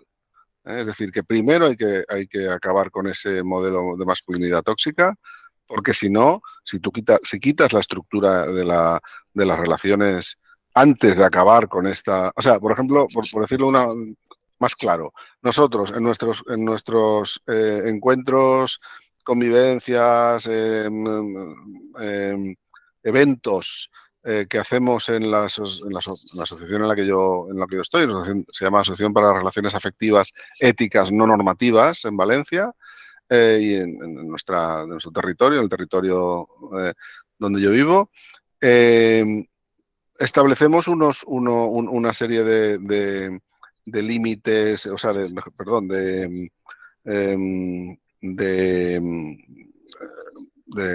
protocolos, de seguridad previos a cualquier tipo de... Es decir, tiene que estar antes. La masculinidad tóxica no tiene cabida en un entorno... la masculinidad hegemónica no tiene cabida en un entorno no normativo, porque es que estás dando un campo abierto a una... Estás quitando los límites estructurales. Entonces, nosotros siempre decimos... primero hay que aplicar unos protocolos muy, muy rigurosos y después, además, siempre decimos que en nuestros eventos de entrada no son seguros y los tenemos que hacer seguros entre todas. O sea, hay un primer paso que es la seguridad y un segundo paso que es la horizontalidad en esa aspiración de seguridad, ¿no? En esa aspiración de construir estos entornos seguros. Por eso digo que yo tiendo a no verlo como una herramienta, sino más bien como al revés, como un peligro. O sea, soy poco... Me dicen muchas veces que planteo las cosas con el peor marketing de la historia, ¿no? O sea, siempre empiezo las charlas diciendo: no os metáis en estas cosas si no sentís la necesidad de salir o sea, si estáis medio cómodos o medio cómodas en vuestra pareja, monógama, no sé qué, esto es una complicación, esto es un trabajo, esto es una cosa de años. Lo primero que vas a sentir van a ser unos dolores de tripas de morirte. Cuando la persona con la que tienes una conexión afectiva venga de tener una cita con otra persona, te vas a morir, a querer morir. Es decir, yo lo planteo en términos de muy mal marketing, ¿no? Luego, además, hay una situación de mucha vulnerabilidad. Te vas a meter en una situación de vulnerabilidad. Si eres una mujer, todavía más. O sea, prefiero ser cauteloso y ser un mal marketing, o sea, director de marketing, que lo contrario, porque la anarquía relacional no la veo como una solución a nada a nivel personal, sí a nivel social, pero no a nivel personal, sino como un trabajo, como un activismo, como meterte en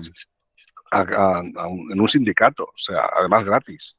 O sea, quiero decir, en tu tiempo libre, no hay que verlo como una solución, creo yo, por lo menos es mi mirada, ¿no? Sino como un trabajo de cambio que a mí me compensa porque las situaciones porque tengo la mala suerte de percibir las sensaciones de injusticia como mías, ¿no? Y entonces empatizo con esas situaciones de injusticia relacional, en este caso, ¿no? Y por eso me meto en estas cosas, pero yo tendría una vida muchísimo más fácil. Yo al final soy funcionario del Estado en España, no sé qué, soy hombre blanco, no sé qué, hablo medio bien. Quiero decir, esto es meterse en una lucha. Y todo lo que no sea darse cuenta de eso, y en una lucha que para una persona que está en los ejes de opresión, en algún eje de opresión, en la parte oprimida, es una lucha muy compleja. Luego ahí están los armarios, en el sentido de los armarios tal y como se utilizan en el ámbito de la homosexualidad, ¿no? De salir del armario, ¿no? Y cuando yo salgo del armario, pues aún me envidian. Cuando una mujer sale del armario, la estigmatizan, en el armario relacional. Es decir, cuando una mujer dice que tiene varias relaciones sexoafectivas, la estigmatizan. Cuando lo digo yo, me consideran un campeón. Es decir, que si eres un hombre blanco, tal, culto, no sé cuántos, tal, vale, puedes meterte en estas cosas, pero como no seas justamente eso, pues cautela, ¿no? De acuerdo, de acuerdo. Pues bueno, ya hemos llegado al tiempo de la sesión, del cierre de sesión. Se están despidiendo por el chat para no quitarles más tiempo al resto de participantes ni al facilitador. Pues simplemente agradecerte, Juan Carlos, que haya